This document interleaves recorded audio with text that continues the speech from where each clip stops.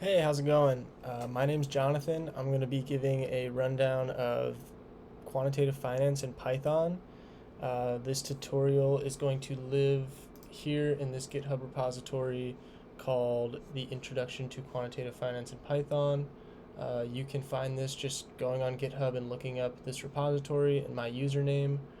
To get started, you're going to obviously need Python and you're going to need a code editor of choice. To download those, you can just Google Python download and it's all here. I'm going to be using Python 3.10 throughout this tutorial, but you can download whatever version works for you. And the code editor I'll be using is VS Code.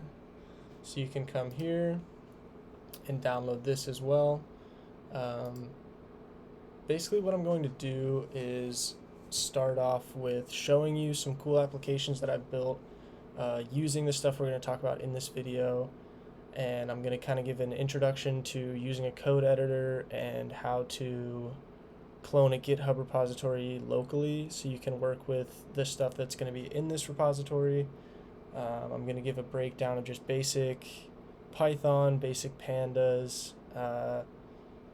I'm not going to go super deep into basic Python and pandas. I just want to give enough of a rundown to where you can watch the whole video and kind of understand what's going on.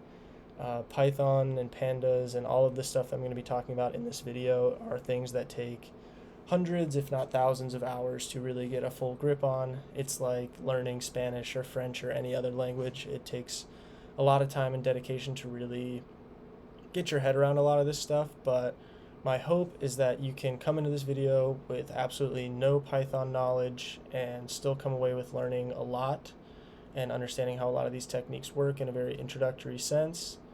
But I still would strongly recommend, if you are new to programming in general, taking the time to go through a really solid introductory course through Udemy or YouTube or anything like that. They're all great. Python for Everybody through Free Code Camp is what I did when I was first learning. I can pull that up as well. Free Code Camp. So this course is completely free. It's what I did when I was first learning scientific computing with Python. It's through the Python for Everybody course. I forget the guy's name, but it's an awesome course. I would strongly recommend taking the time to learn this stuff fully, but I will be giving a basic rundown of everything so you can understand what I'm talking about in the notebooks.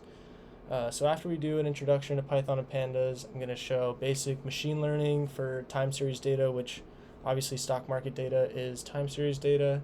And then I'm going to go through some common financial Python packages, some basic risk management, algorithmic trading, and a little bit of portfolio optimization in Python. So all this stuff is really fun. Tag along, you'll get the hang of it. And if you are experienced with Python, you can skip ahead to when I start working with the machine learning stuff, but I think it's definitely worthwhile to just kind of watch through the whole thing so you can see where I'm coming from. But to get started, I'm going to go back to that GitHub repository I was talking about, and I'm going to actually pull up VS Code.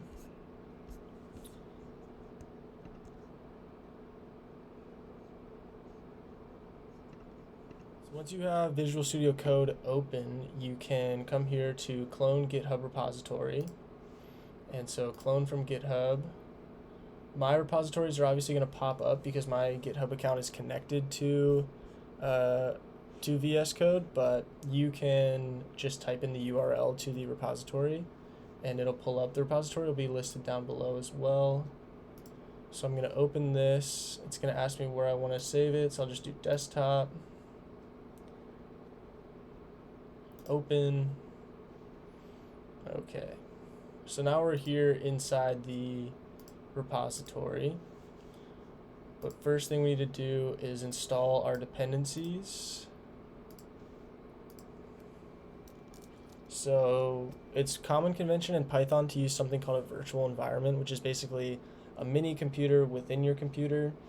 You want to do this because if you're working with one project that needs a specific version of something and then another project that needs a specific version of something, and you download numpy globally, and you have like numpy 2.11, and then you're trying to do another project that has numpy 2.17, you won't be able to have two versions running at the same time, and it just kind of turns your computer into a complete mess. So it's always advised to set up a virtual environment, which is very easy.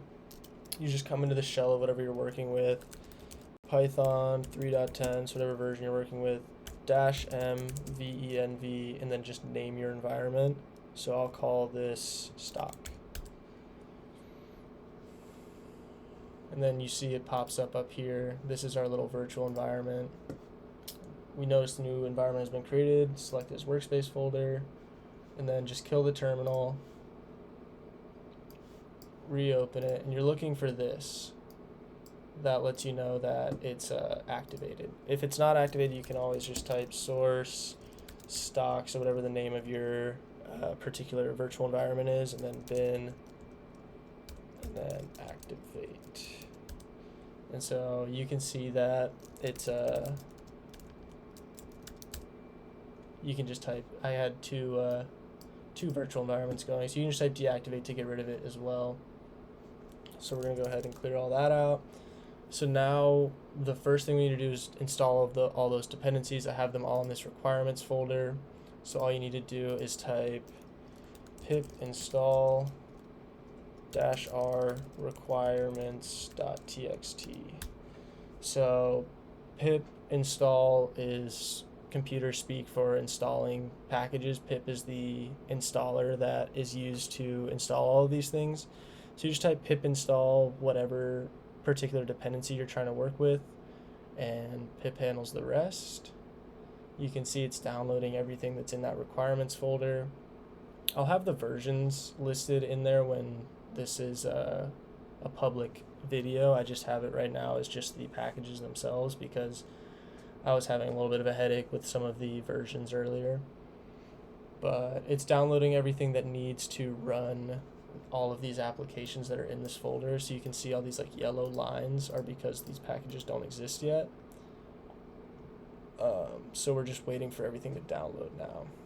But basically these packages, or these applications are, this one does automated machine learning and this one does automated portfolio optimization. So very interesting material that you can learn to work with as well. Okay, so everything's downloaded. I'm working with something called Streamlit here. It's not super prudent to the video that we're talking about, but basically Streamlit's like a web framework to build like data apps that don't require a ton of like HTML and like super heavy JavaScript and all that web development code. So you can just build these little web apps using Streamlit, which is honestly like my favorite thing in the world. So you just write Streamlit run in the name of your app. So automl.py, and then it opens up.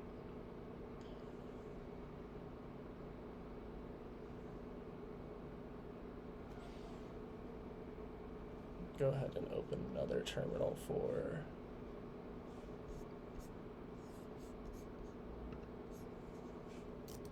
Streamlit run portfolio.py. Okay, so this uses PyCaret, which is a library we'll be talking about later in the video. You basically select your data, visualize it, and then it uses automated machine learning to figure out the most accurate model, and then you can download the model. So basically, pick a stock like IBM from 2015 December to 2020 April.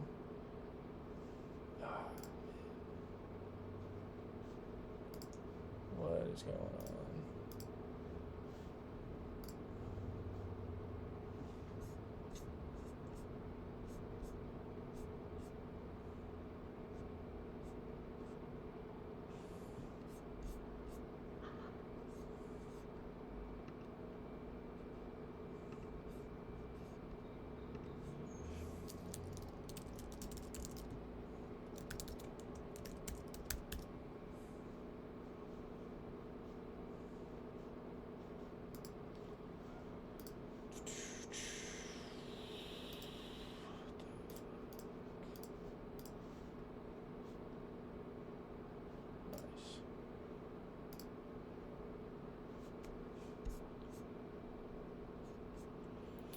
Okay, so basically this application uses PyCaret, which is a library we'll be working with later in the video in the Jupyter notebook, but it basically just runs a bunch of machine learning models against each other to figure out which is the best predictor for your data.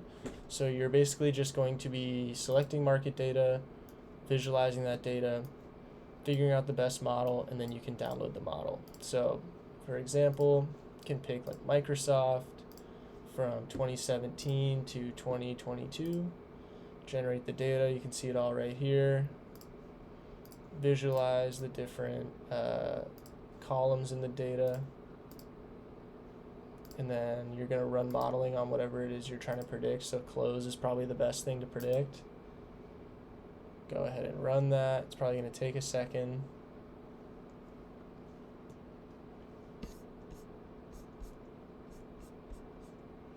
Should be able to see its runtime actually. Oh, there it goes.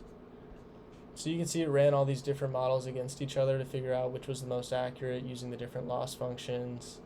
This is the prediction error. These are the model predictions on new data. So 73 compared to, oh, it drops the close column. Okay, so it's pretty accurate. This is a really fun library. You come here and download the data. I have a link to this notebook that we're going to be working through as well, so you can load the model in and play with it yourself. This notebook in particular has a similar kind of feel, but it's going to be utilizing the time series stuff that we're going to be talking about in machine learning, which is ARIMA models, and I also link to Neural Prophet here, which is a really cool ARIMA model that we're going to be talking about as well. It lets you basically do trend analysis and then create an optimal portfolio. So you're going to come here. I wrote out all the math for what an ARIMA model does. And you're basically just going to pick a stock. So you can go, say, Tesla, and then from 2015 to 2024, go ahead and run that. This is going to use the Neural Prophet model to predict the trend that it thinks the Tesla is going to follow in the coming years. So it predicts Tesla on the downturn based on its recent results, and it gives you observed trend, seasonality, weekly seasonality, yearly seasonality, and then this is all of the extra stuff in the data set that you can use to kind of make more of an informed decision on how you're feeling about a lot of this stuff. This is through wide data profiling, which is another really cool library. So we go to portfolio. So Sharpe ratio stuff, something else we'll be talking about later in the video when we get to the risk management and portfolio optimization stuff. You can come here, same thing, pick a stock, and go Apple, and then get its Sharpe ratio and historical returns. So this is its Sharpe ratio. These are all of its historical returns, how it's done like month by month. Here's a little printout of its daily returns, some drawdowns, cumulative return. Then you can come here and pick some stocks that you like, Google, Microsoft, Apple, JP Morgan, and generate a portfolio. So it weights it based on Sharpe ratios and some other cool stuff that I'll show more in the notebook on how this math was done to weight each asset in the portfolio. And then this is expected return and expected risk and kind of where our portfolio lands. And just by changing the parameters, you can kind of change where this star is based on that. This is through a package called Riskfolio that's really cool as well that I'll be talking about in the notebook. You can come here and compare your portfolio to SPY, which you can see if we bought and hold those stocks, we would have kind of massively outperformed SPY. Very cool. And then this is the next steps, I think is probably the same thing, yeah. Navigate to the Jupyter notebook. Okay, so that's a basic rundown of VS Code and how to, some cool applications you can build with the knowledge from we're going to be talking about in this video. All right, now that we've talked a little bit about Streamlit and how to use a code editor and how to clone a Git repository, I'm going to move into just a basic introduction to Python. Python, you can spend the rest of your life studying Python and not, you scratch the surface of what's out there. So I strongly recommend going through like a good introductory Python course, but this is going to be just a super basic intro to different data types and how functions work and stuff like that. Just kind of off the top of my head on what I think is the most important for you to be able to understand understand the rest of what we're going to be working with. So I'm in something called Colab here. You can go to colab.research.google and that will take you here. It's just a Jupyter notebook that's hosted by Google, which is really useful because there's a lot of kind of nuance with working with Jupyter notebooks and Anaconda and all that stuff. So this makes it a lot easier. You can just kind of import your data into it and use the Google GPUs for free, which is really fun. So all I'm going to do here is, let's see, text, go introduction to Python. Okay, so we're going to start off with lists.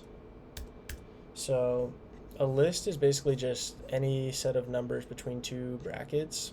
So you can create a list a couple different ways. So my list equals 1, 2, 3, 4, 5. And then you can go type my list. And then you can do print my list. And get your list back. Lists are kind of one of the best data types in Python, and especially with machine learning, you end up using these things called like 2D lists, which is like 2, 3. Or this is like a matrix. If you've taken any linear algebra, you'll recognize that. So this is a 2D list. So you can see here like a matrix.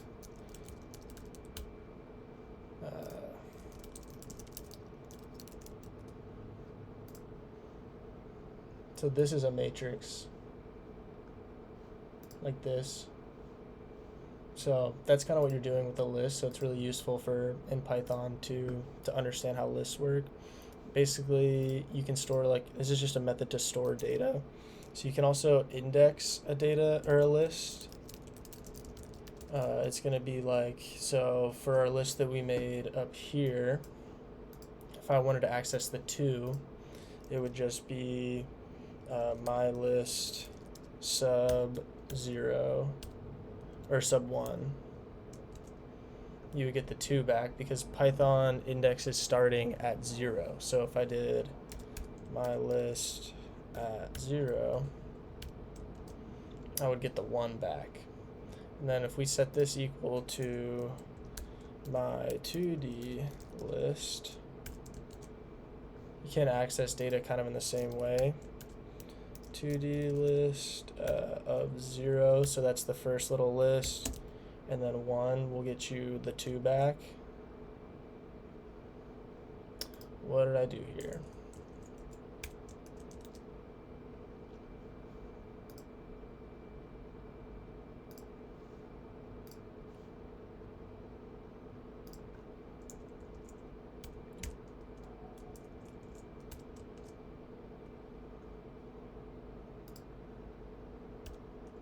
Oh, I see what I did. I haven't done this in a really long time. So yeah, there you go. So that accesses the 2. So you're going to be looking at the 0 is the first part of this list, and the 1 is this little value. So if you went for my list, we can do the second part, so the 22, 45, 77. And then if we wanted the 77, it would just be 2. Int is not subscriptable. Oh, my 2D list. We're doing it live. There you go. Okay, so you can also append to a list. So you can do my list append. We can put 6 there. And then if we do my list again, you see that there's a 6 now. Then we can also remove that with my list remove. We can put the 6, and then if we look again, you can see that we got rid of that. Okay, so nothing too crazy going on there. Some basic basic functionality in Python. So a function is you kind of, some of them like already exist in Python. So if you wanted to do like print hello world, that's a really famous one. Print just prints to the console whatever you want to print. You can also do type, which is, it tells you what kind of data type you're working with. So like in the case of my list, that's a list, obviously. And you can define your own functions. So if you wanted to do, you can do like add numbers, and then these are the parameters, so A and B. And then the result is just A plus B, and you'll return result. And then you can kind of do the same thing by getting like add numbers, and then put in your two numbers that you want to like add together. So 2 and 5, and then we can show sum. So that's really basic, like what a function does. You can get really complicated here, but basically just our add numbers function that we made just adds two numbers together. So that's pretty straightforward. Let me see what else we can do. You can also make this, there's a lot of kind of nuance with what the parameters are. You can make this multiply numbers. You can do whatever your heart desires, truly. So that's pretty much it for functions. It's all I'm really going to go over. There's also strings in Python. My string, it's just a number, or just anything kind of within brackets or within quotations. So we can use hello world again. Now if we print my string, and then we can do type my string. You get that back. Can also subscript in the same way that I was doing with the list with strings, and that's kind of in the same context of it starts at 0, and then you just kind of are looking for whatever you want to pull out of the string. So my string of, we can start with 0 and go to 6. That gets you hello with the space. So if you wanted world, that would probably be my string of, let's see, would probably be 7 through the rest of the numbers. I guess it's 6. So the first thing in this, when you're like indexing, the first one is inclusive, and then the colon just means like the rest of the thing you're indexing. Let's see, you can also do integers, which is like, let's see, x equals 42, y equals 55, type of x, this should be an integer. You can also do z equals 3.14, and then type, this should be a float. So a floating number is just anything with like a decimal point after it. You can do basic like arithmetic with this as well, so x plus y minus z, and you can do x times y, x times y, so that's a big number. You can do, yeah, just any basic arithmetic that you're interested in with Python. This is all really useful for conditionals usually. I can cover that as well. So let's say we have a list of 1, 2, 3, 4, 5, 6, and then let's see, or we could do fizzbuzz also. I don't want to type that out though. X equals 1, 2, 3, 4, 5, 6. So if, or for I, this is a for loop. So a for loop just iterates through whatever you're trying to iterate through, and based on a certain condition does a certain thing. So this is a good introduction to for loops and conditionals. So for I in x, so for I is our iterator, and then x is the list that we're going through. If I is equal, or do percent 2 equals 0, we can define a result guy up here as well. Result equals this. Okay. Result dot append I.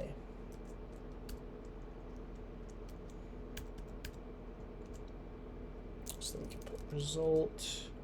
So this pulls all the even numbers out of X. So basically what just happened is we iterated through X. So it went 1, 2, 3, 4, 5, 6, and it checked to see if %2 is equal to 0. So what this means is it's basically just checking to see if the number has no remainder when it's divided by 2, which is another way to say it's an even number. So it iterates through, figures out if it's an even number. If it's an even number, it appends, like I showed earlier with the lists. Where was that? MyList.append 6, what we were talking about there.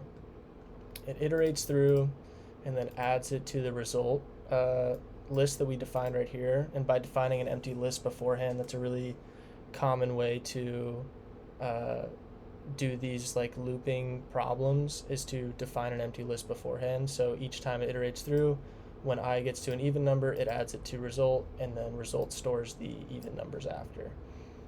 So that's pretty straightforward. We can do pandas next. So import pandas as PD, and we're going to import Yfinance as YF as well. So let's see. There's also tuples, which I can actually rewrite really fast, just to give you an example of all the different data types. So a tuple is just a data type or a method to store data that's in a parentheses separated by commas. Okay, so let's go back to pandas. So let's see. We can go start 2020 0101, end is 2023 0101, stock equals Apple, and then we can read in that data by saying data equals YF dot download stock, start equals start, end equals end. Now if we look at the data, so this is a data frame. This is why everybody loves Pandas so much. I used Yahoo Finance to read in the data because Pandas does have a data reader, but since this is market data, it's a lot easier to use Yahoo Finance. But if you check what the type of data is, you can see that it's a Pandas data frame.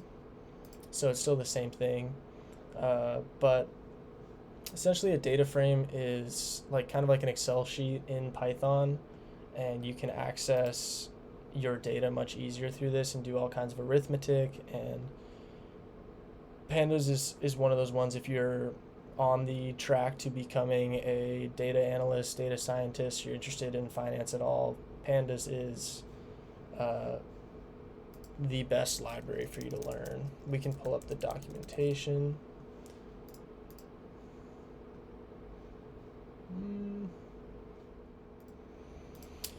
So Pandas is really useful because you can kind of manipulate the data a lot as well. Like you can go pandas, or you can, so yeah.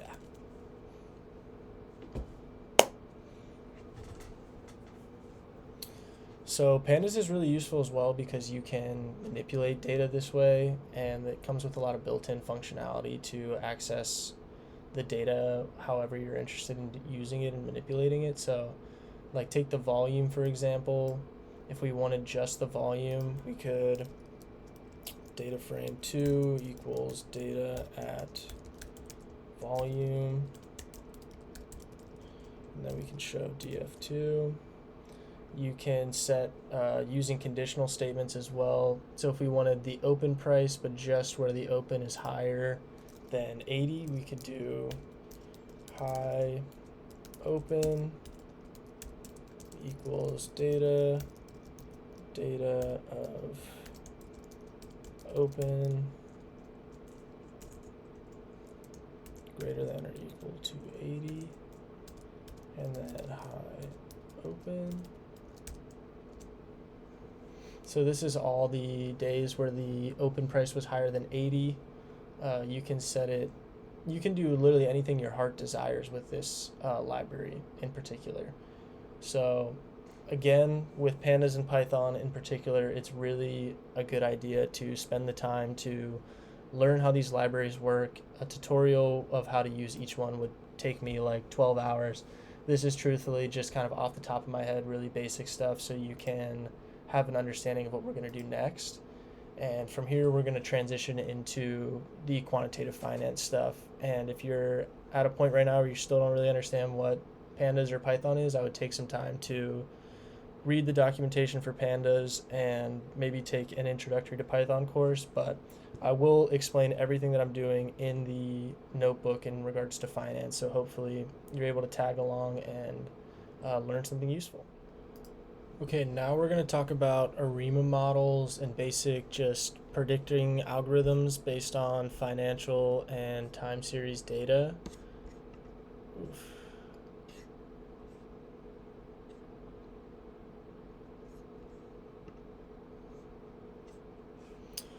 All right, now I'm going to talk about ARIMA models, specifically for financial data. ARIMA models are autoregressive integrated moving averages. They are extremely powerful for time series data, which financial data is obviously time series oriented. So we're going to start with, let's see, go ARIMA modeling on financial data. We're going to start by importing our dependencies. So going forward, I'm going to generally talk as if you have a understanding of Python to an extent. I will do my best to explain everything that I'm doing, but just keep in mind, if I were to truly break down every process that we're doing here, this video would be like 50 hours. So this is just a general introduction, and I hope that it makes sense, truly. Okay, so Pandas, we just talked about. It's the Excel in Python. Matplotlib is a data visualization library. It lets you visualize your data and graphs and charts. NumPy is for scientific computing in Python. It lets you make 2D matrices or 2D arrays and all sorts of interesting stuff. Yfinance, we already imported up there, but warning, this just gets rid of annoying warnings that are going to pop up periodically when you're running machine learning algorithms. Okay, so we actually already read in Apple data, if I'm remembering correctly, so we can just do df equals data.copy, and then we will, let's see, df is null, and then dot values, and then df dot drop, and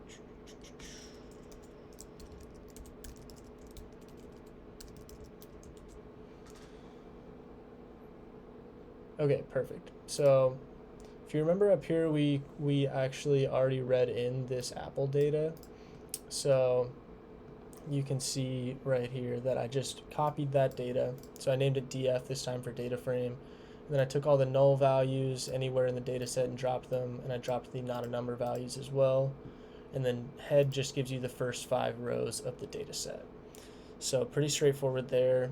The next thing we're going to do is set up a 1-day lag plot. So lags are really important when you're setting up the variables within an ARIMA model. It's important to know the autocorrelation of the data, and it's also really important that your time series data is stationary, which I'll get more into here in a second, because we're going to have to kind of augment this data a little bit to make it stationary. But this is a good a good practice when you're doing ARIMA models is to run some different lag plots to see where the autocorrelation lies within the data. So I'm going to use actually plotly graph objects as go. Then we're going to make a copy of the data set again of the data. You do this because you don't want to, I'm going to be adding some columns to the data set for the purposes of graphing and for visualization, but you don't want to add those columns to the data set that we're going to be running algorithms on. So this is the lagged close column. This is adding a new column to the data set. It's data at close, and then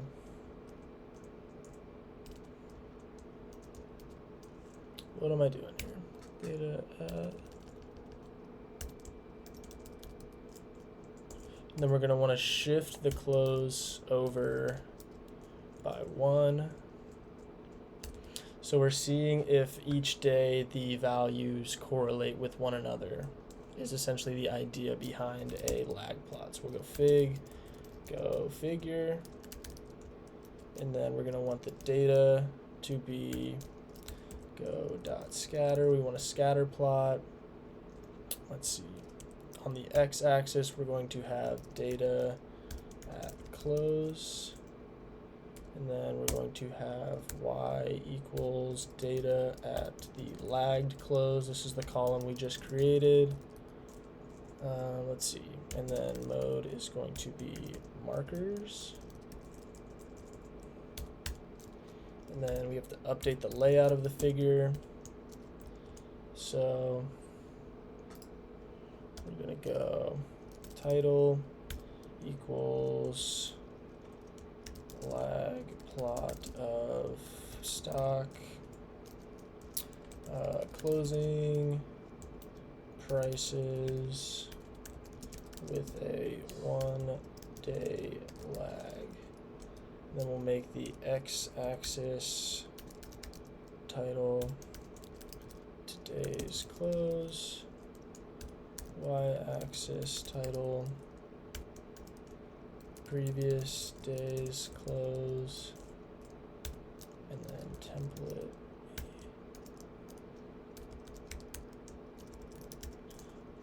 dark.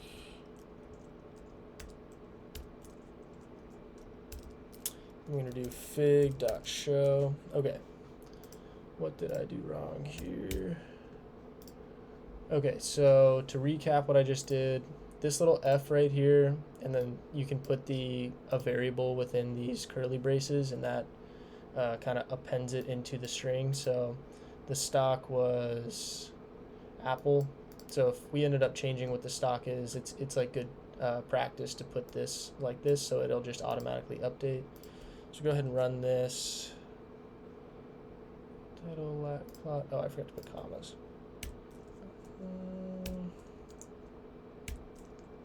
We're doing it live, folks.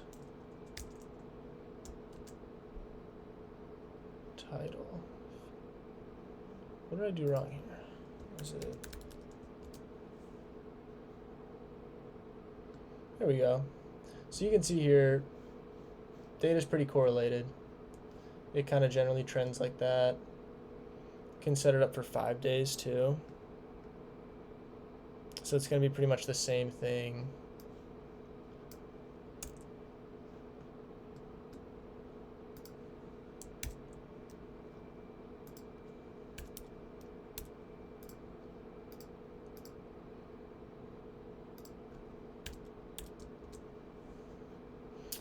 So this is a 5-day lag. So the reason we're doing this is to visualize what we want to set our, so like ARIMA models have a P, D, and Q variable that like tinkering with can kind of dramatically change the outcome of the accuracy of the model. So it's important to kind of visualize the autocorrelation so you know what to set those variables to. But yeah, so that's a very basic autocorrelation graph. All right, yeah, so basically all we're really looking for is peaks in seasonality to figure out if the data is stationary or not. If this data was kind of all over the place, it would indicate that the data is not very correlated, which means an ARIMA model wouldn't work super well here. So seeing that the data is kind of in this general trend like this means that our ARIMA model is going to work really well. So that's kind of the point of building those lag plots. We can move on to train and testing data. So when you're doing machine learning, you always want to split the data up into training and testing, because so generally you want to train on like 80% of your data, and then after your model's trained up, you feed it 20% of your data that it hasn't seen yet to validate if the model works well. Because usually machine learning models are really, really good at learning on the data that they're trained with, and then not super good when they are introduced with new data. So that's kind of the purpose here. This is just a function that I'm writing to split the data up as we'd like, the 80-20 split. Let's see.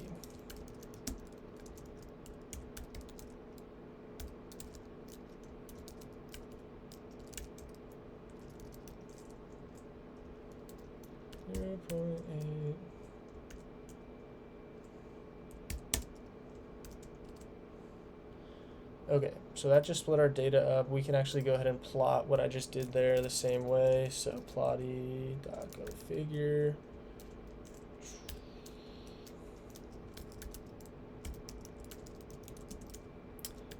Trace go.scatter. So we want the x-axis to be the train data.index. We want the y to equal the train data at the open. And then we want, let's see, what modes equals, we want to do a line chart here.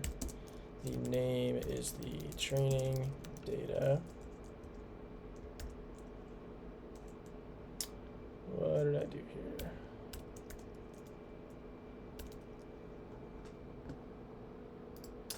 Name equals training data, line equals, you have to feed a dictionary here. Color equals blue. And then we can basically, for the next line, kind of do the same thing. Except we want this to be the test data. Y-train, test data.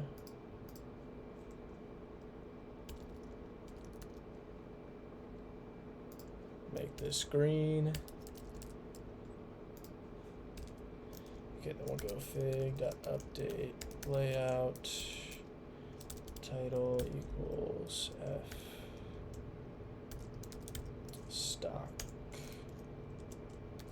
open prices training and testing data. We can make x-axis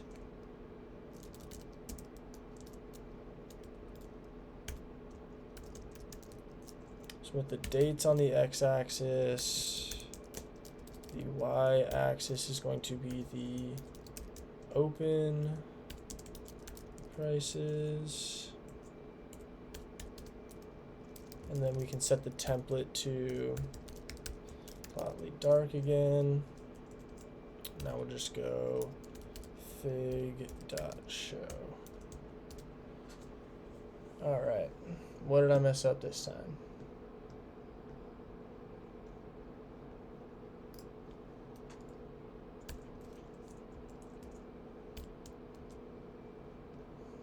Okay, cool. So you can see this is all of our training data right here, and then this is the testing data right here. So we split it up, 80% of the data is going to feed into the ARIMA model, and then 20% over here is going to be our testing model. I spelled training wrong. Train, there it is. Train, there we go. All right. So now we need to set up our rolling statistics. So this is to figure out if the data is stationary. So this is what I was talking about earlier. So we'll set a window equals 7. So that means 7 days. So this is a weekly rolling.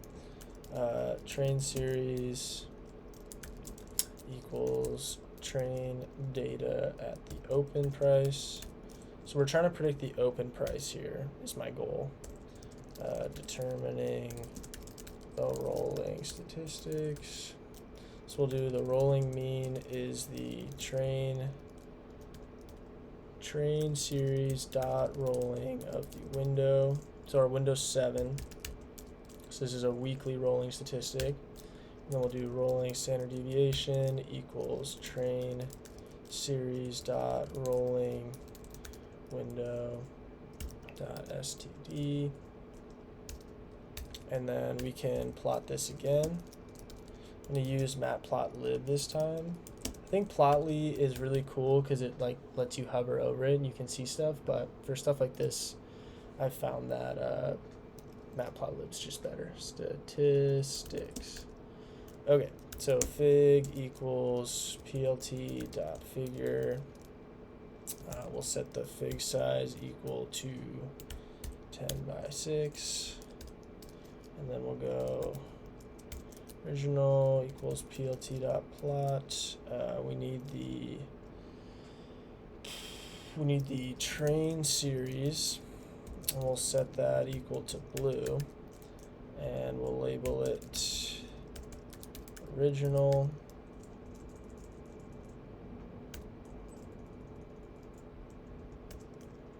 Okay, then we'll go. The mean is plt.plot. We need the rolling mean. Color can be red. We will set the label to rolling mean. Now we need the standard deviation. So that's going to be, what did I set that to? Roll std. Color equals, we can set this equal to black. And then the label is rolling std.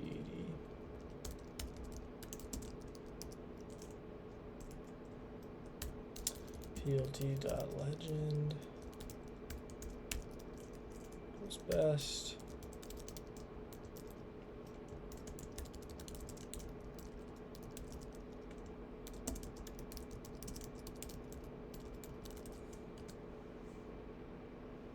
Okay, cool. So, oh, something I forgot to mention already too is if you're watching this, I would strongly recommend coding along with what I'm doing. I'm going to do my best to explain everything, but that's truly the best way that you can learn this stuff. Just pull up Colab, this is all free, and just code along with me, and then you can kind of play with what I'm doing. You can set stuff like Plotly white instead of dark, or you can pick a different stock, or you can try to predict on the close price instead of the open price, and you'll actually learn. It's like learning an instrument or something. You can watch videos of people playing the guitar all day, but you gotta like sit there and like learn the guitar. You also, I hate to continue to use this guitar metaphor, but like with programming and learning an instrument is very similar in the same respect of like, if you learn Stairway to Heaven on the guitar, you don't have an understanding of the guitar, you have an understanding of Stairway to Heaven. You want to learn the thing that makes this thing. So it's good and all to watch videos like this and learn alongside with what the person's explaining, but I would strongly recommend coding along and kind of changing aspects of it and just seeing if you can manipulate some of the stuff that I'm doing right now to see if you can I don't know, make your own stuff, and then you'll learn a lot more just by following along than you would just watching the video. So,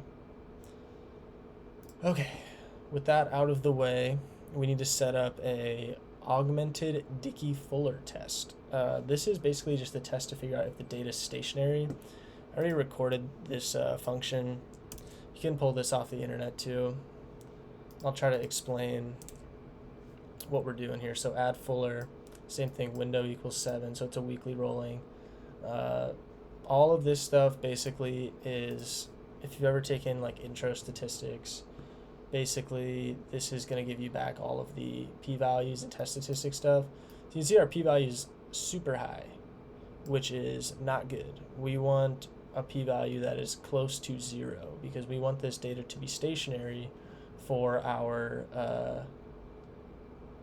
ARIMA model to work. It's not going to work in its current form. So we need to do some differencing, which is going to make our data much more stationary. So it's really easy. You just have to do train diff. So that's just the train set that's we're differencing right now. So you can just do train series dot diff periods equals 1, then train diff equals train diff dot drop NA in place equals false. Okay, so let me write out what this does. This is going to calculate the difference between the consecutive elements, and then the second part, just where it says train diff dot drop NA, is just dropping any not a number values. So now we can kind of repeat what we just did right here.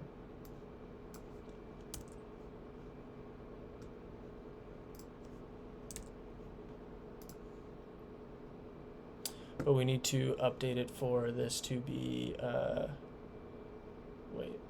train diff.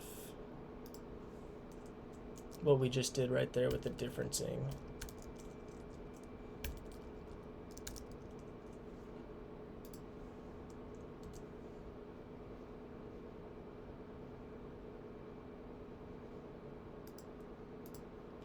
Oops.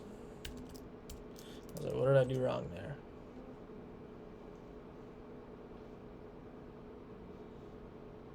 Oh wait, okay. So we actually don't need this little piece.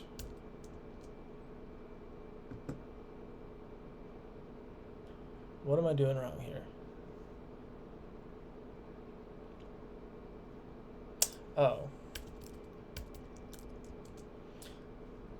There we go. Okay, yeah. So like I said, we're doing this live. I'm going to make a lot of mistakes. It's probably good for you to see me make mistakes because this is what programming is. It's just trying to do something, it not working, you looking at your code and being like, why is this not working? And then using Google or some sort of AI or Stack Overflow for an hour trying to figure out why your code doesn't work. So anyway, this is obviously much more stationary now, you can see. So if we rerun that test we just did, let me pull up this guy. Let's see. Let's make sure to put this as diff this time.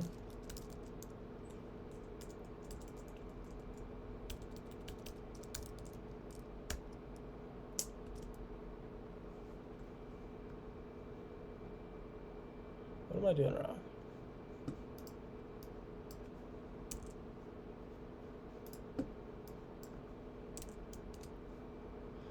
There we go. Okay, so this is as close to 0 as you can really get. It's 1.18 to the negative 14th power, so it's like 0.000000000, which is exactly what we're looking for. So let's see. So we can like, what is it? If the p-value is less than 0.05, we can reject the null hypothesis that the data is not stationary, which is my statistics teacher would be really proud of me for saying that. So now we need to define some loss functions. Again, I have this written out already. All right, so yeah, defining loss functions, we can do this through importing. Scikit-learn comes with mean squared error, but we need to do a symmetric moving average as well. So I actually already typed that out. So you can see here, This is the symmetric moving average percentage error. This does not come preloaded into scikit-learn, which is the machine learning package we're going to be using to actually model. But you can see it's just the defining a denominator. We include this epsilon value to handle divide by 0 errors, and then it's just the predicted versus the actual times 200 divided by this denominator that we defined. This does symmetric scaling, and then you just take the mean of this absolute percentage error, and this is all just to model or to determine how well our model does. So all we need to do now is we need to do our differencing one more time on the test series.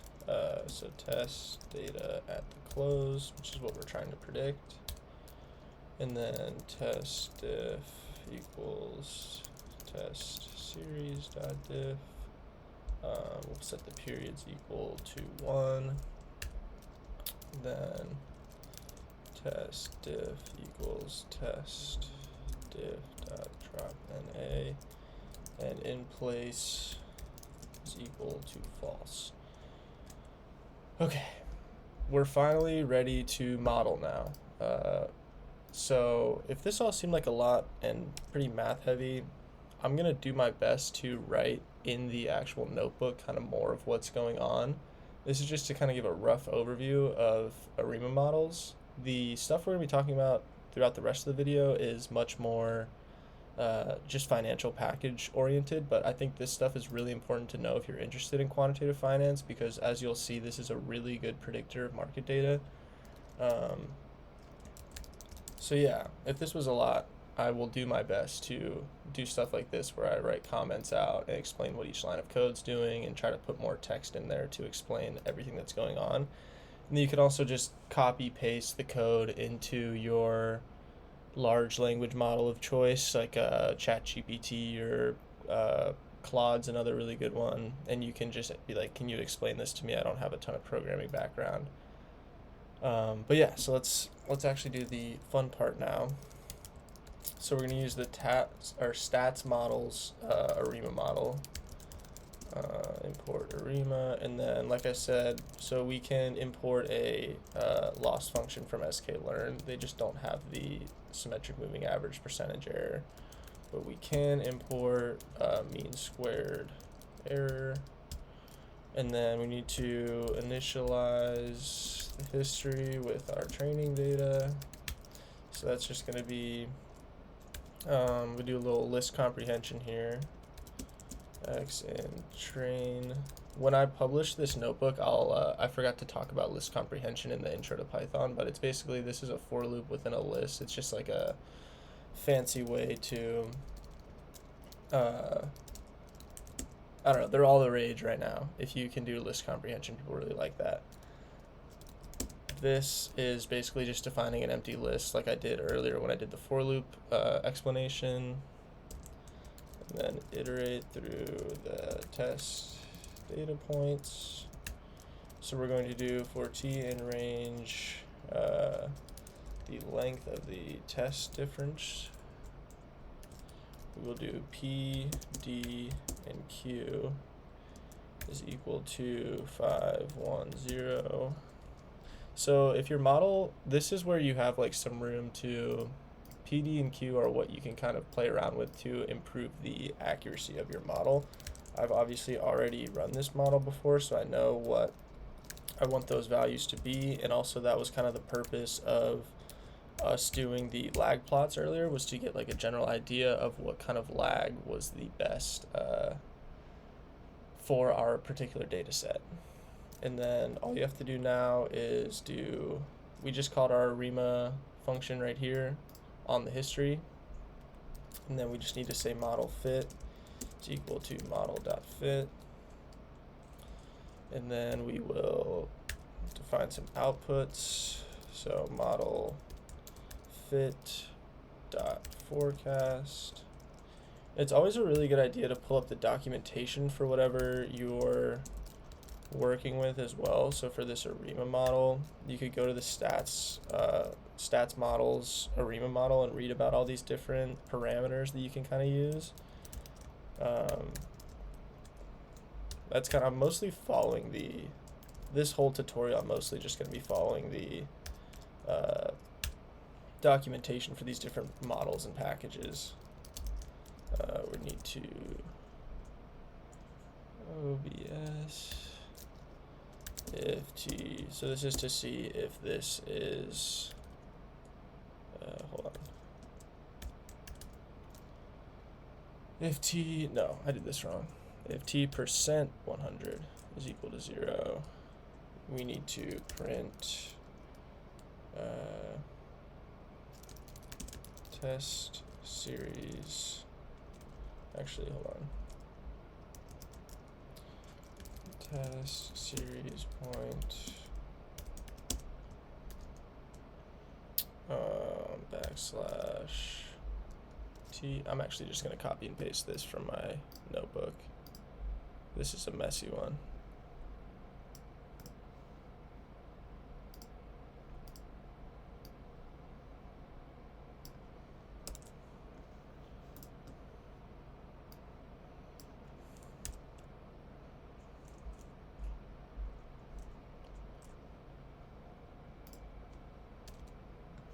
Perfect. I wrote all this stuff out beforehand to try to make this smoother, but it's not really panning out right now.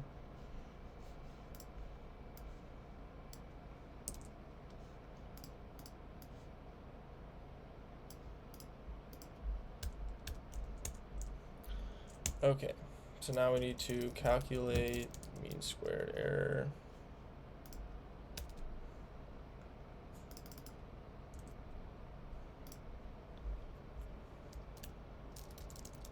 Determine if model performed well.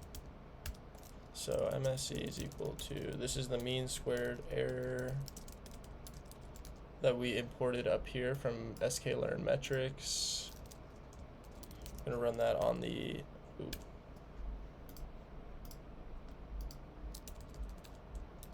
test, diff, and predictions. Then we're going to print mean squared error MSE.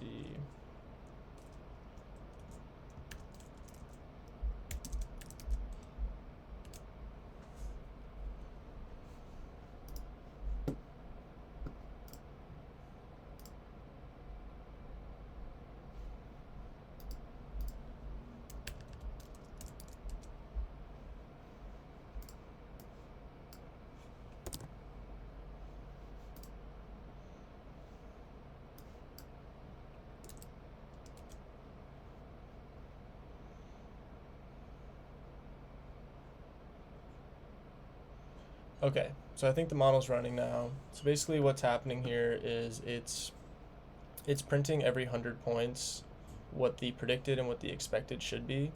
So as it runs, it'll get closer and more accurate. It basically just has to learn over time. So we'll give this a minute to run. All right, cool. So you can see that as it went on, the test points and expected got a little bit closer. So let's get a look at our, before we do the mean squared error and symmetric moving average percentage error, we need to calculate a cumulative sum, which is just going to be the reverse diff, or reverse test difference, which is equal to numpy dot r, let's see, test series dot ilog of 0, and then test diff, and then numpy has a cumulative sum functionality, so you should just be able to write cum sum.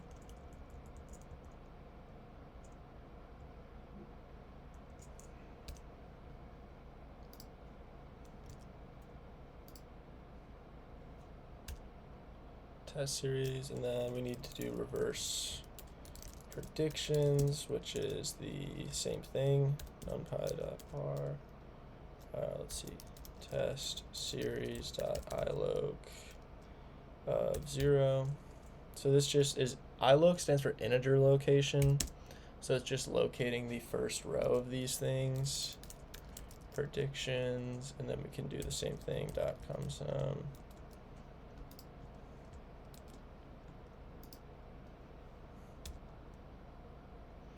Then we can do the reverse test diff dot shape and the reverse predictions dot shape. Okay, so you can see 453 rows. Now we can actually calculate the error. So all we need to do here is error equals mean squared. Error, this is the class that we imported from sklearn's error metrics, and then reverse diff, or reverse test diff, and reverse predictions. And then we can use our symmetric moving average as well. Error smape equals smape reverse test differenced. Then we can just do reverse predictions.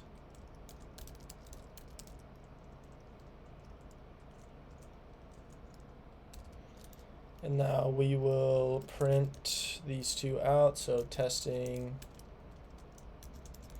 MSE, and then we'll go percent dot 3f percent error, and then we'll do print smape, same thing, percent dot 3f, oops, smape,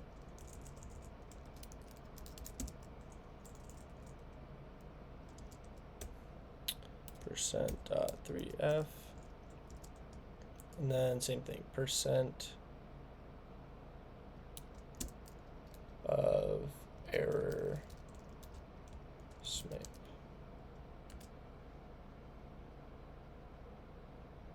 Reverse predictions. Okay, so now we can actually plot to see what our results are. But first we actually have to, we need to convert these to reverse test difference and reverse predictions into Pandas series, and then set their indices to match that of an existing time series so that we can actually plot it again and see how our model performed. So we need to take reverse test diff and reverse predictions, convert them to a Pandas series, and set their indices to a existing time series. So that's going to be reverse test diff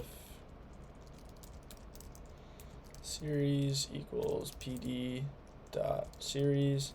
That's why, so when we import, like, if you see me typing pd or np or any of these things, it's because you import pandas as pd. So if you want to if you want to call on a pandas functionality, you just use pd instead of having to type pandas all the way out. The same thing is like import numpy as np, use np dot whatever to access a numpy class that you've imported.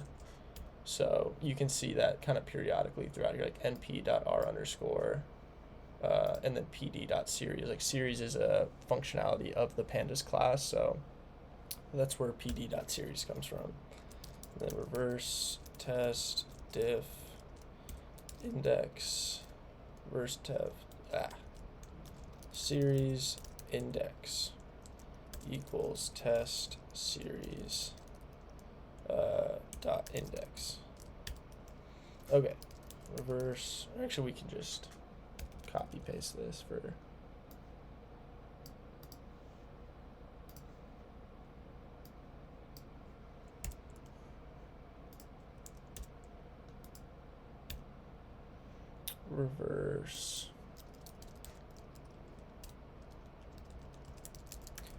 reverse predictions series, and then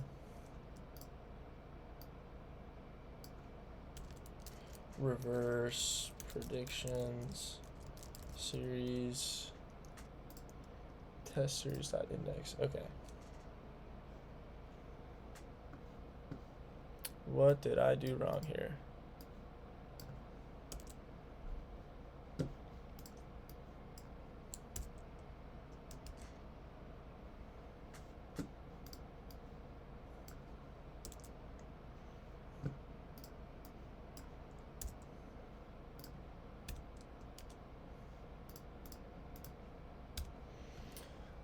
PD.series. Okay, yeah. So we're just turning them into a series and then setting their indexes equal to the test series index, which is the existing time series. Now we can actually plot and see how our model performed. So plotting. Okay, so plt.figure, and the figure size is equal to 12 by 6. We can label this the Apple close prices, and then plt.x label. And yeah, same thing here. PLT is because we imported matplotlib as PLT.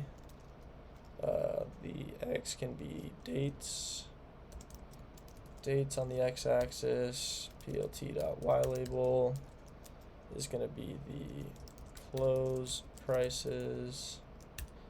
Then we can do plt.plot. Plot the train series as, we'll make that blue. So if you remember how we set up the training prices and testing prices up here, we're basically going to plot the training and then the testing, and then we're going to plot the model estimations as well on the testing data. So we can see the difference between what the model predicted it was going to do and what it actually did.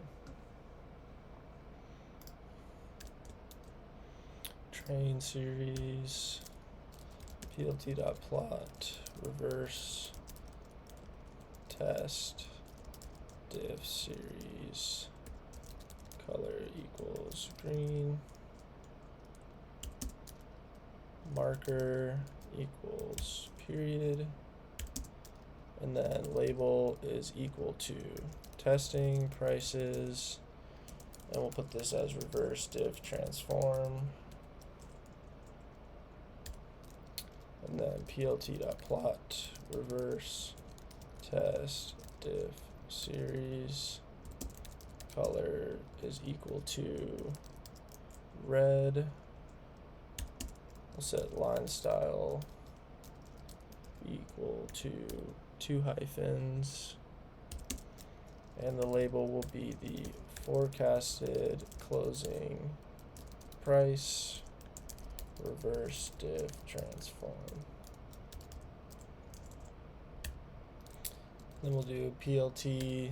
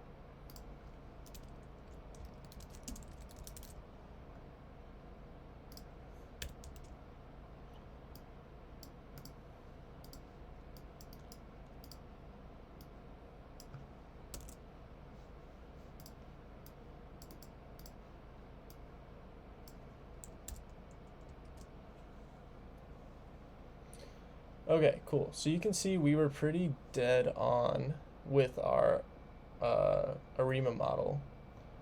We can plot just the training and testing, or just the testing and forecasted as well. I'm just going to copy paste that.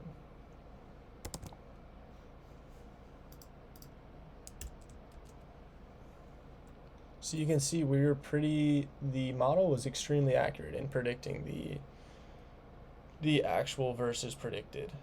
So that's pretty much everything we're going to do with the ARIMA model.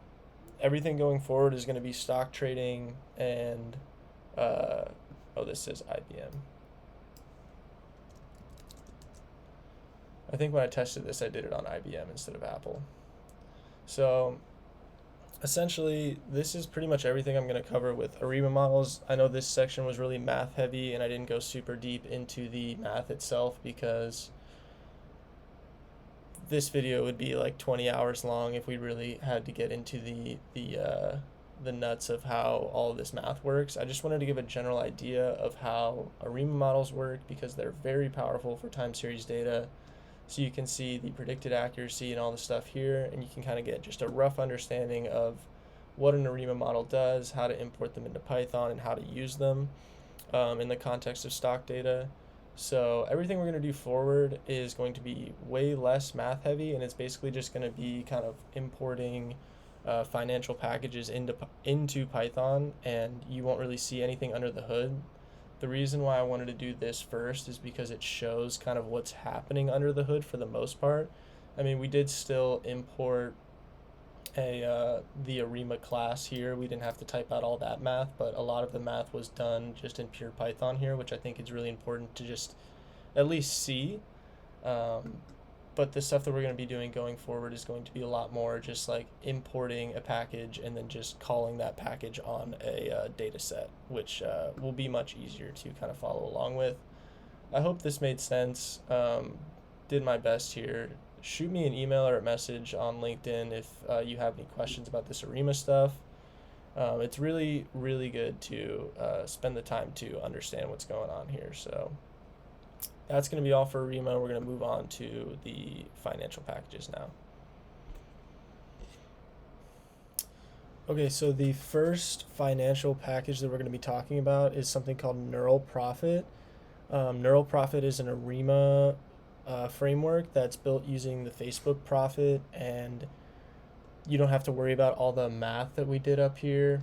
It's just going to be a package that you import, and then you basically just call model.fit, kind of like what we did with the ARIMA right here, but you don't have to worry about all of the nuance of the math involved, so this is going to be much easier. The one thing about Nerual Prophet, though, is that it's much easier to run locally, so I'm going to come back to Visual Studio Code, and I'll just put this notebook in the tutorials folder in the GitHub repository.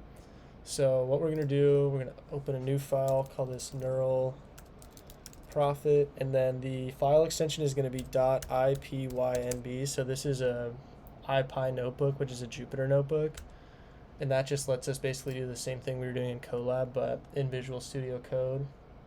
Select kernel.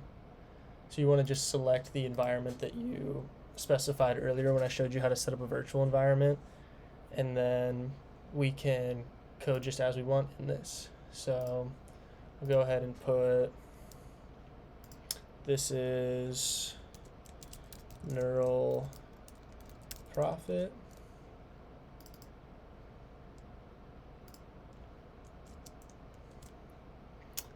and then we are going to, let's see, we need to import Pandas as PD,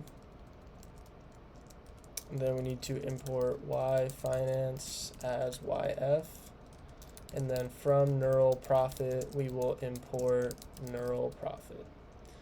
And we actually might need to import some other dependencies. I think the only other one is to set log level, and I'll show you what that does in just a second. Okay, install.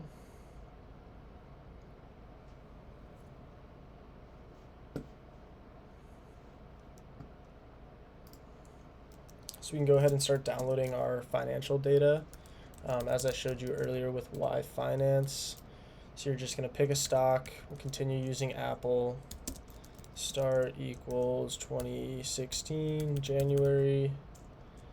The end will equal 2024 January. and then we will set the data frame equal to just the close column, because that's what we're trying to predict. And then we need to reset the index, df reset index, because the way Nerual Prophet's set up is you need to, it only takes in 2 columns, and it's ds for date stamp and then y for the column that you're trying to predict. So when you load in a Yahoo Finance, like a data frame through Yahoo Finance, the date column is automatically indexed. So when we do this, the data frame at close, it's going to give us back the close column, but also the index, which is the date. So then we reset the index, which pulls the date column back out into a regular column. I can just show you what that looks like really fast.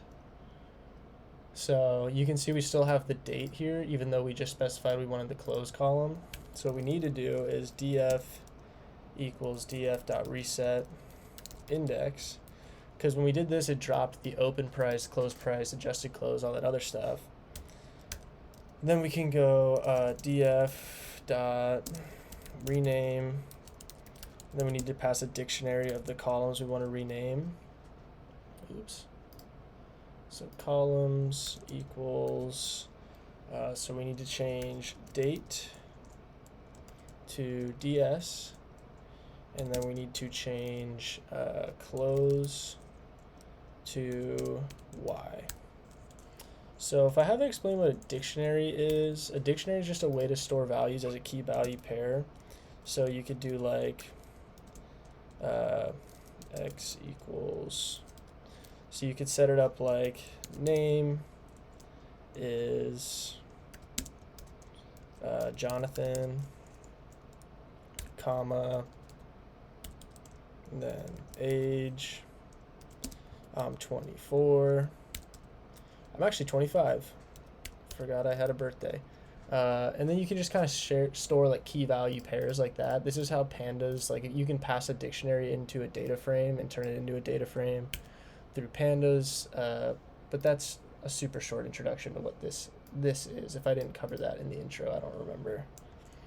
But anyway, believe that's all we need to do to set up our data pre-processing. So then we can plot this real quick, which is going to be plt equals df.plot, and we'll set the x equal to ds and the y equal to y, and then the figure size is equal to, we can do 12 by 6 again.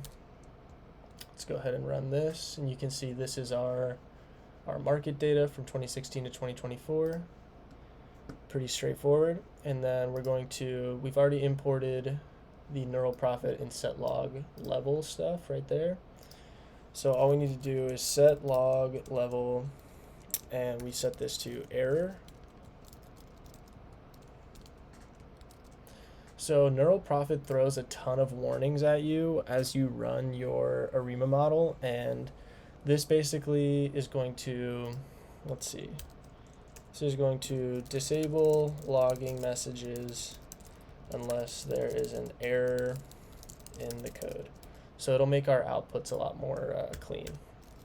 So then this is all you have to do to run the Nerual Prophet framework is m equals Nerual Prophet, so instantiate the class, and then m.set plotting backend, and we'll set this to plotly static, I believe is the plotly static, yeah. So this just has to do with how the graph looks when it's output, and then we will set the, or fit the model on our data frame with just m.fit, and then pass in our data frame. Let's run that. So it's, I think, naturally set to 90 epochs, which is basically each iteration that it tries to run the model.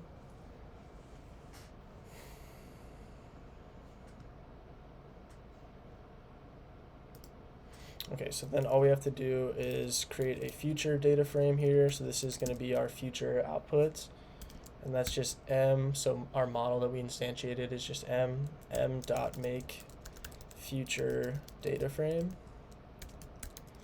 and we pass in our data frame and then n historic prediction. So this is how many historical predictions we want it to predict into the future. So we'll set that to 365, so it predicts 1 year into the future.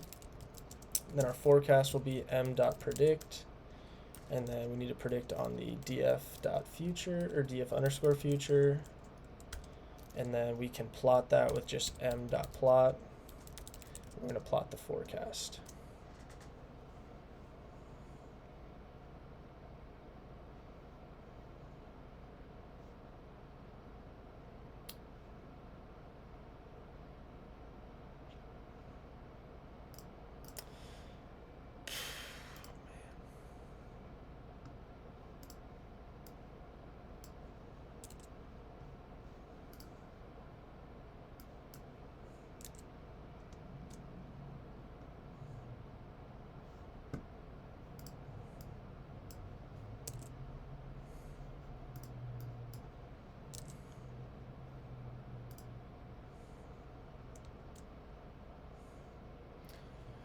Okay, so we had a couple errors there. I just copy pasted in what I'd done before this. So basically, same exact stuff. I'm not really sure where I had an error, but you can see here, this is the trend that it thinks it's going to continue to take. And if you remember the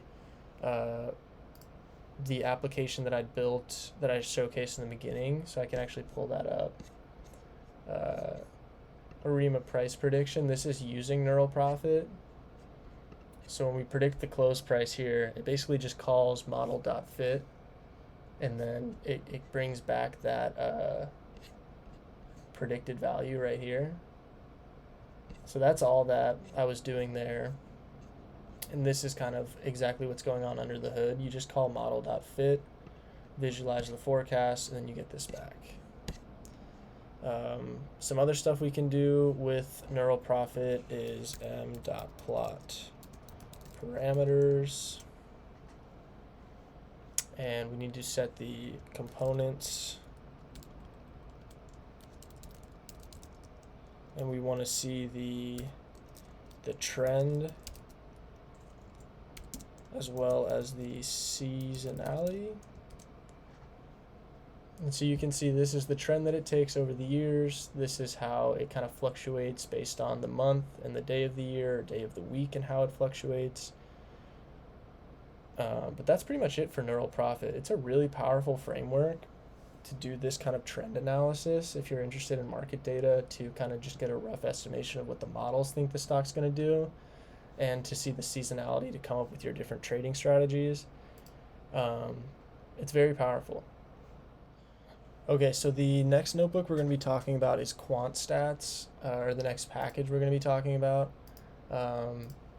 QuantStats is actually made by the guy who created Yahoo Finance, so it's a very powerful library for financial manipulation, or financial data manipulation, I should say. So we'll import QuantStats as QF, or as QS. Can't type today. And then we will, let's see, the first functionality that I can show you is qs.extend pandas. And that's really powerful because it basically sets it up so if you have like a pandas data frame, there's additional functionality you can call on it that's particular to financial data. So it also comes preloaded with this download returns functionality that is similar to the Yahoo Finance yf.download, but pulls data all the way back from the 80s, I believe. So yeah, you can see this from 1980 all the way up to today's date in 2024. And then we can go quantstats.stats.sharp and get the Sharpe ratio of the stock. So Sharpe ratios are going to become an important topic in the rest of this video. Basically, what a Sharpe ratio is the expected return minus the risk-free rate, so just the general risk of the security, and then that's all over the standard deviation. So basically, the higher the Sharpe ratio, the more excess return above the risk ratio, and then like a negative Sharpe ratio indicates that the risk is higher than the return, and so on. So Sharp ratios, I wrote out the math in the Streamlit application that I showcased earlier. You can see right here, this is what the Sharp ratio looks like, and this is what the importance of a Sharp ratio is. So you can play around with that. It's a really important kind of tool for portfolio optimization and risk management, and QuantStats makes it really easy to get that on a particular security. So the next one is QuantStats.monthly returns, and you're just going to pass the stock in. So you can see all the way back to 1980, it shows you what happened each month for Apple. You can do this for any stock. So for January 2006, the stock went up by 0.05%, all the way back to, let's see, 1999. Let's find March. So this was when I was born. It went up 3%. So that's pretty interesting. And then we can go to the max drawdowns. So this is the worst month that the stock ever had in terms of performance. So negative, so it went down 82%. That's its max drawdown. And then you can actually look at all the different functionalities of QuantStats. They provide this in their documentation. I'm going to copy it in. I will link the documentation in there in this notebook. And like I said earlier, I'm going to clean up all of these notebooks, so when you're working through all this stuff, there's going to be a lot more information about what's going on here, and you can use that at your will. Let's see. So to get a list of all of the possible kind of things you can do with QuantStats, you just need to run, these are all the available methods. So you can see here all the different things you can do: average loss, average return, best, compare, cumulative sum, distributions, all of these things. And this isn't even the full list.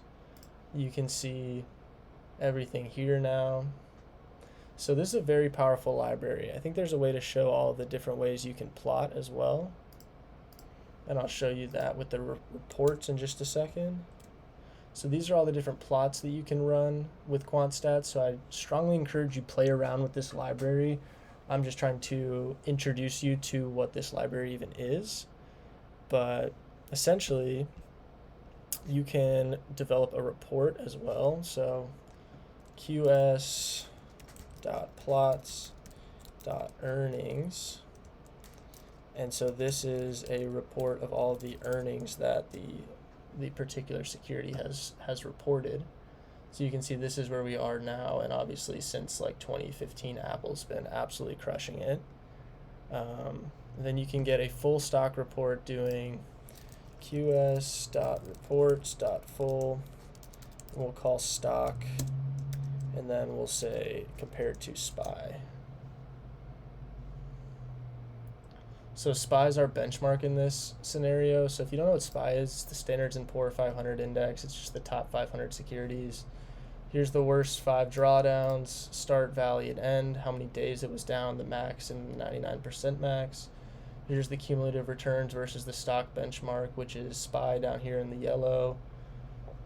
This is the returns log scaled, volatility matched, end of year returns versus the benchmark, distribution, daily active returns, rolling beta. So all of this stuff, if you're into securities and into stock trading, this is very powerful information for you, and it's all very easy to access. But that's pretty much it for QuantStats. I strongly recommend you play around with the different methods yourself and kind of see what is interesting to you, and go from there, because this library itself could get its own video. So that's an introduction to QuantStats. I'm going to move on to Riskfolio next. Okay, so the next financial package we're going to be talking about is something called Riskfolio-Lib, and Riskfolio is another very powerful financial package that deals with portfolio optimization. So I'm going to be working through the documentation here. Basically, it's just going to help you optimize a portfolio using some risk metrics that you can play around with yourself. And this is this package in particular is very math heavy. I'll pull up the documentation as we work through this, but it's just in general kind of a math heavy framework. So I'm going to give you a rough introduction to how to use it at all, and then I'll show you how to play around with it to make it work for your own particular use case. So we need to import numpy as np. We need to import pandas as pd, import Yfinance as yf, import warnings, and then we can set our warnings to ignore. And then the pd.options display is just a something to make the pandas float format a little different. We'll set our date range, which is going to be start equals 2016 0101, and we'll set the end date to 2019 12/30th. And then we need to create a tickers of assets. So I'm going to use the same tickers that they use in the documentation here, which is just going to look like this. It's a list. And then we will go start downloading our data. So you can pass more than one asset into Yahoo Finance, like yf.download, which I'll show here. So data equals yf.download. We give our assets, start equals start, end equals end. And then we will go data equals data.loc. So this is loc is a functionality that finds the row of data based on your specifications. It's a little different than iloc, which we used earlier, which uses integer location and indexing. This you pass in the actual parameters of what you're trying to find. So adjusted close, and then we're going to slice none. And then data.columns equals our assets. So our data set, we want to set the columns equal to our different assets here. So go ahead and run this.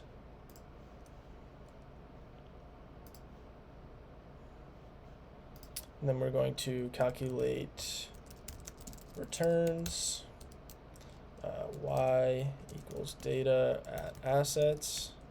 And we just want the percent change and to drop NA. So basically this is how you get the returns for most financial frameworks, is you just do percent change by day, and then we can do display y.head. So this just shows the head of each data frame. So the percent change shows how much it goes up or down each month, kind of like the heat map that I was showing earlier for the QuantStats framework. The next thing we're going to do is, let's see, markdown. We're going to estimate mean variance portfolios. So let me pull up the documentation really fast.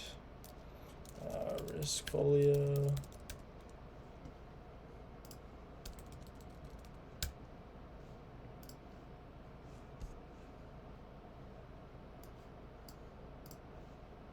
So you can see here that there's a lot of math involved with Riskfolio. So this is something more on the quantitative side.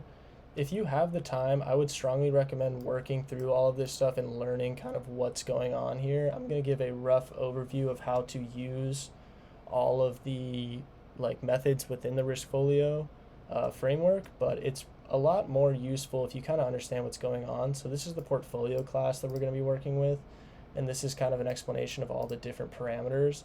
So I would strongly recommend taking the time to read through the documentation and understand what's going on here. But just in a rough sense, this framework is awesome, and the guy that built it actually will help you out if you email him too, which is a really cool tidbit. But so we're going to come back here and start working through the mean variance portfolios next. So import Riskfolio as RP. We need to build the portfolio object. So that's just going to be port equals rp dot portfolio, and we'll set returns equal to y. So that's our data set from up here. So that just instantiates the portfolio class that I was just showing you from the documentation. And then we need to calculate an optimal portfolio from there, which is going to be select method and estimate input parameters. So this is where there's a lot of nuance on what you want to do here. I'm going to just strictly follow the documentation, and then I'll show you my my project that I built that's different than this, where I came up with my own parameters for the optimal portfolio to show you how you can kind of mess with these and make your portfolio outputs a little different. So we're going to be just following a portfolio that maximizes the Sharpe ratio, what I was talking about up here. So, or what I was talking about in the QuantStats library, actually, the qs.stats.sharpe return. So we're going to set method mu equal to historical. We're going to set method covariance equal to historical as well. And then port.assets stats. It's going to be method mu equals method mu.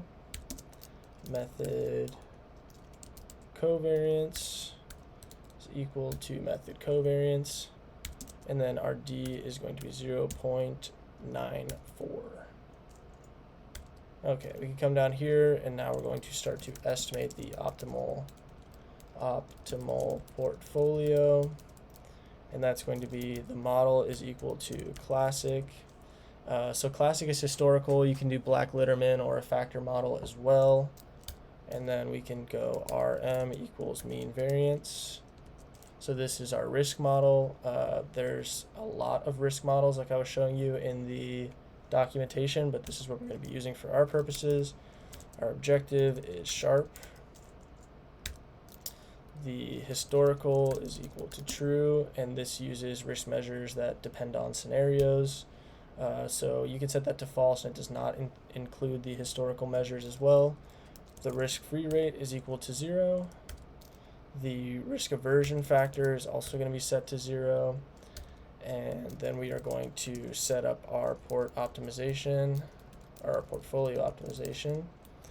So model equals model, RM equals RM, objective equals objective, RF equals RF, L equals L, historical equals historical.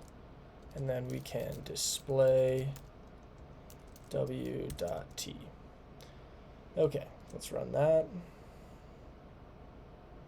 So these are all of the parameters that you can kind of play with to see where your portfolio will end up landing on the efficient frontier, which I will show.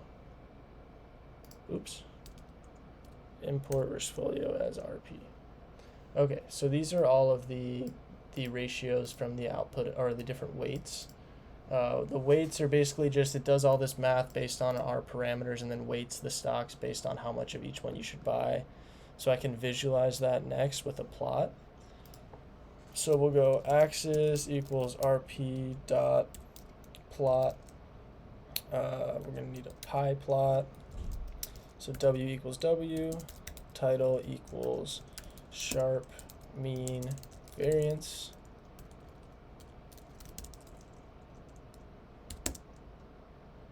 Others equals 0.05. That's our statistical significance ratio. N row equals 25. C map, this is just the color map.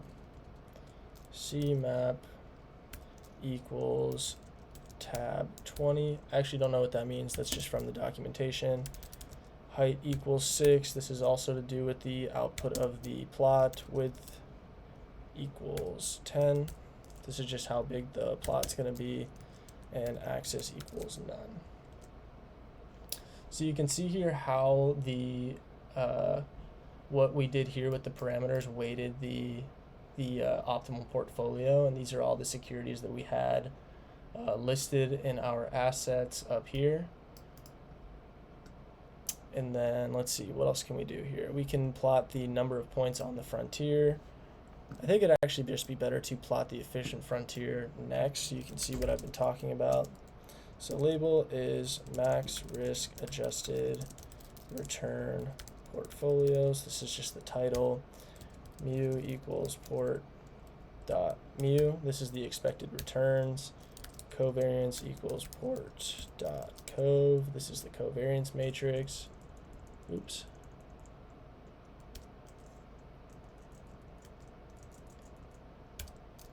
Then we can set returns equal to port dot return. So you can see that port is our class here. So I'll actually give a rundown of object-oriented programming. I didn't think I was going to need to do that, but I know for the next framework we're going to be working with, it's going to be really useful to know. So this is just, these are aspects of our object here, the port object. So now we can finally do x equals plot frontier, w frontier equals frontier, mu equals mu, covariance equals covariance, returns equals returns, rm equals rm, rf equals rf, alpha equals 0.05, cmap equals Verdis, w equals w, label equals label, marker equals, we need a star sign, s equals 16, c equals r, height equals 6, width, I really cannot spell today, width equals 10, and then again we're set axis to none. So let's see, plot frontier is not defined. It's got to be rp.plot frontier, right? Frontier.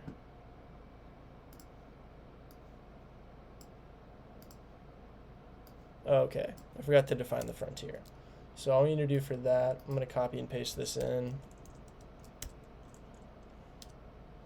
So this is the number of points on the frontier for our plot, and then this is the setting the frontier equal to the port efficient frontier.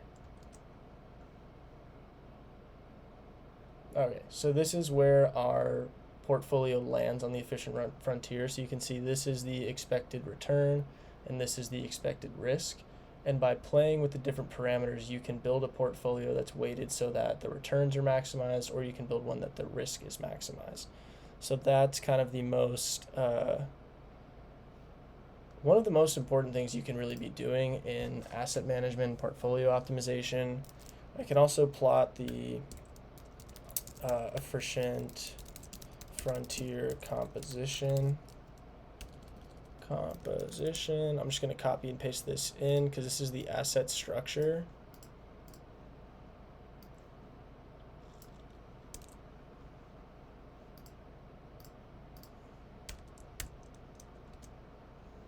So you can see this is kind of the breakdown of all of our different assets. That's pretty much all I'm going to cover in regards to Riskfolio. This library in particular is an absolute iceberg of like what you're seeing here is just kind of on the surface. This is just working through the first bit of the documentation. I strongly recommend you play with this yourself and see what you can kind of figure out in regards for your own personal use case. Let me go back to the portfolio.py so you can see how I kind of set mine up. So this is the port optimization here where I identified all of the different variables here. I played with this a little bit to make it so the efficient frontier landed kind of dead center in the risk and return ratio. But same thing, I just instantiated the class, downloaded the data, and then I actually used the weights here to basically, once you created your optimal portfolio, I made it so that the weights were added to right here.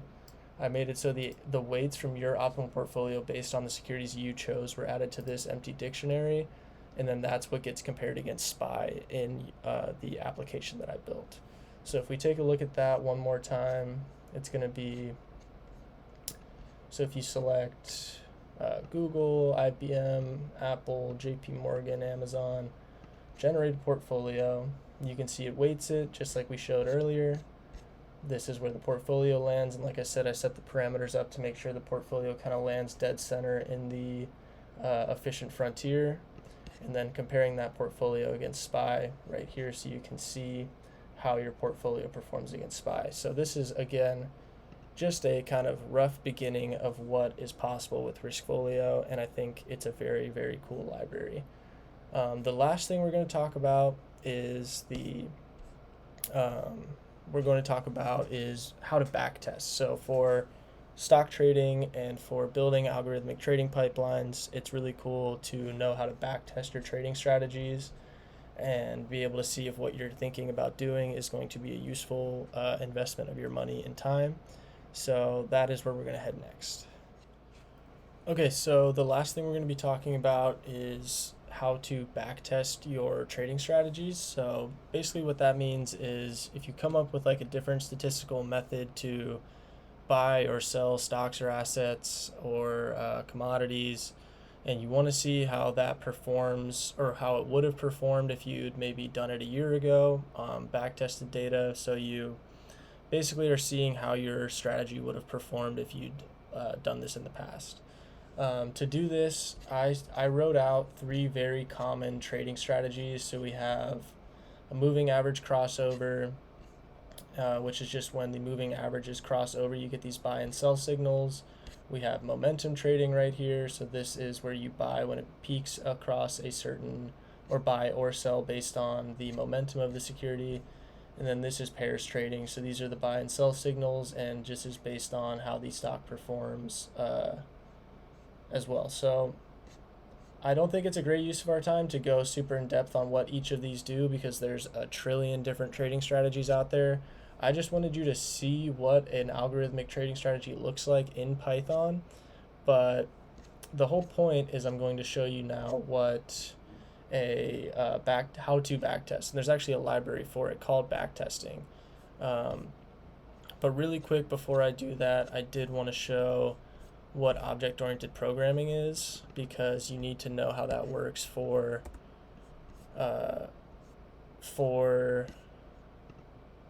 this to make any sense. So give me 1 second.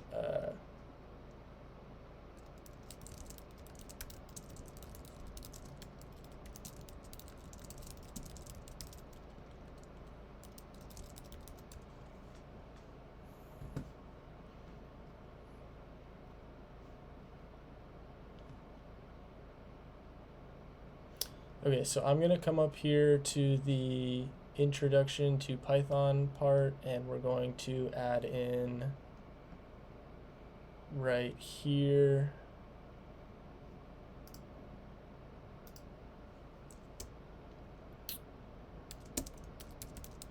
object-oriented programming. So basically what we're going to do is define a class. And this class is basically something that you can instantiate in the future and then use the different methods that come along with it. So if you think back to Riskfolio, very similar to what the port class does, we're going to define a class called animal. And then the first thing we have to do is set an initializer function. You'll always do this when you're setting up an object-oriented or a class or using object-oriented programming in general. So you have to pass in self is always required, and then the names of the parameters in which the class is going to take. So we'll do name and species for our animal, and then you throw a colon at the end, self.name equals name, and then self.species equals species. So what this does is when you call the function and you specify what the name and the species are in the function call, it sets the self.name, self.species equal to that. So we need to set up some other methods in our class, so we can do def speak, which we will pass self into, and we will say return f self dot name, and then we can be says hello, and then we can set up another one called info, pass in self, and we can say return self dot name is a self dot species. And then we can come down here and create our instances.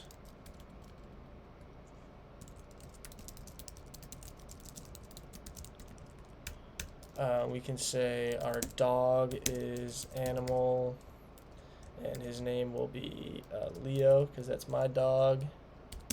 And we'll say dog for, so that's name and species. You don't have to pass in self, so you're calling the class name, species. And then we can do a cat is equal to animal, and then my cat is named Kevin. He's an absolute legend, and we'll say cat. And then we can actually call the method, so you can see print dog.speak, and we can say print cat.info. So Leo says hello, and Kevin is a cat. So it's a great example, but that's just a super brief introduction into what object-oriented programming is you're basically just creating like an object that you can call in the future that has different methods involved. So that's like what the port class does in the Riskfolio-Lib, and then we're going to do that some more here with the backtesting library as well. So first thing we're going to have to do is pip install backtesting. So pip install backtesting. And then while that's downloading, we can start writing our import statements. So from backtesting, we're going to import backtest and strategy. And then from backtesting.lib, we're going to import crossover. And then from backtesting.test, we're going to import simple moving average. And then I think that's everything we need for our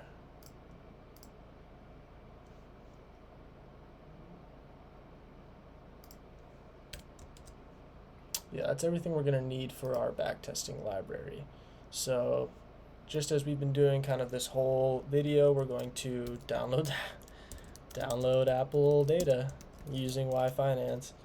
Download Apple data. So we'll go start equals 2015 0101 and equals 2024 0101. And then we will say our stock is equal to Apple, and we will go data equals yf.download stock start equals start and equals end. Yeah, if you learned absolutely nothing from this video, the one thing I hope you take away is how to download Apple data from Yahoo Finance. But like I said, I will clean up this notebook, and I will organize the Nerual Prophet, Riskfolio, and QuantStats notebooks into the tutorial folder in the repository here under tutorials. So I'll try to write a lot of comments too, because I know I'm probably not doing a perfect job explaining everything that's going on in all of the code that I've written. I'm trying to write this or make this video so that if you've never seen Python before, you can get a rough understanding of what's going on, and if you're already a programmer, you can walk away with some really good information about how to use this stuff for your own applications, for your own financials, for whatever it is that you want to do with it. But yeah, so anyway, download the data, and then we're going to have to initialize a strategy class. So we're going to use the example from up here, the simple moving crossover strategy. I'm not going to go quite as in depth as all this stuff, but you should feel more than free to do so. I'm just going to make a super simple trading strategy here. So my strategy, then we'll pass strategy in there, and we'll say def init self. We need to set the price equal to self.data.close. We want the closing price. We need to set self.moving average 1 is equal to self.I SMA price and 10, and then self.ma2 is equal to self.I SMA price and 20. And then this is where we define our trading strategy now. So we need to make a trading strategy. Let's see. Next, self if crossover self.ma1 self.ma2. We can do self.buy, and then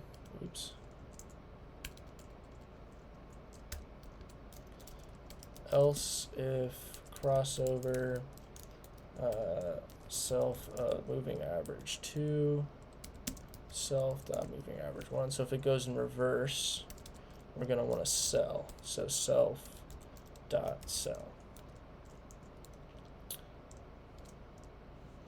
Okay, so this is just a basic strategy I took from the documentation. The whole purpose of writing out all the trading strategies above was so that you can take this trading strategy and then kind of copy and paste based on object-oriented programming, all of this stuff, and see what trading strategies you think would work for you. But I'll show you the really cool part now is self data, my strategy, commission. So this is the commission fees you have to pay with your brokerage of choice. I'm just going to set it to 0.002 because that's a really common one. Exclusive orders to true. Then we'll go stats equals backtest.run. And then, damn, I really cannot spell today. How did I spell this wrong? Is there 2 M's in commission? Yeah, I guess. Okay, so now we just have to print our stats. Oh my gosh. Print stats. So you can see start and end date. This is the duration, 3,000 days. Let's see. Sharp ratio, 0.29. It's pretty good. Max drawdown, we went to negative 41%, so that's not great. Let's see. Want to see the buy and hold return was 604%. So if you just bought and hold SPY, you would have gotten 600% back. And our return percent was 120%. So you would have been much better off just buying SPY than doing this strategy in particular. So that's homework for you if you're watching, to play around with this trading strategy until you can at least beat SPY, which is very easy. But then you just can do this backtest.plot. And then this is very cool. You can kind of get in here and there's a ton of data going on here for your strategy in particular. These are all the different candles and all the buy and sell signals that come along with this library. So this is our peak, final, max drawdown, max duration, all that cool stuff. So that's pretty much everything I have to show for this introduction to quantitative finance. I really hope you enjoyed this. I made this video because I have benefited so much from people taking the time out of their day to make videos like this and explain what they've learned. This information that I'm showing is videos that I've watched on YouTube. It's documentation that I've read. It's from my formal education as an economics and machine learning student. And this is kind of just everything brought together that I could think of off the top of my head for this financial stuff. I think the stock market is the greatest data set in the world to hone your skills as a data scientist, as a machine learning engineer. And I think financial literacy is just one of those things that everybody should spend the time to kind of get a basic understanding of. If you watched all the way to the end, I appreciate you so much. Please shoot me an email if you have any questions about any of this stuff. I'm happy to collaborate and help you out however I can. All of my links will be in the description below. And like I said, will clean up all of these notebooks and write as much commented code as I can so that I can try to explain all this stuff even better. And yeah, that's pretty much it. Thank you so much. Please check out the links below. Shoot me an email. I hope you enjoyed.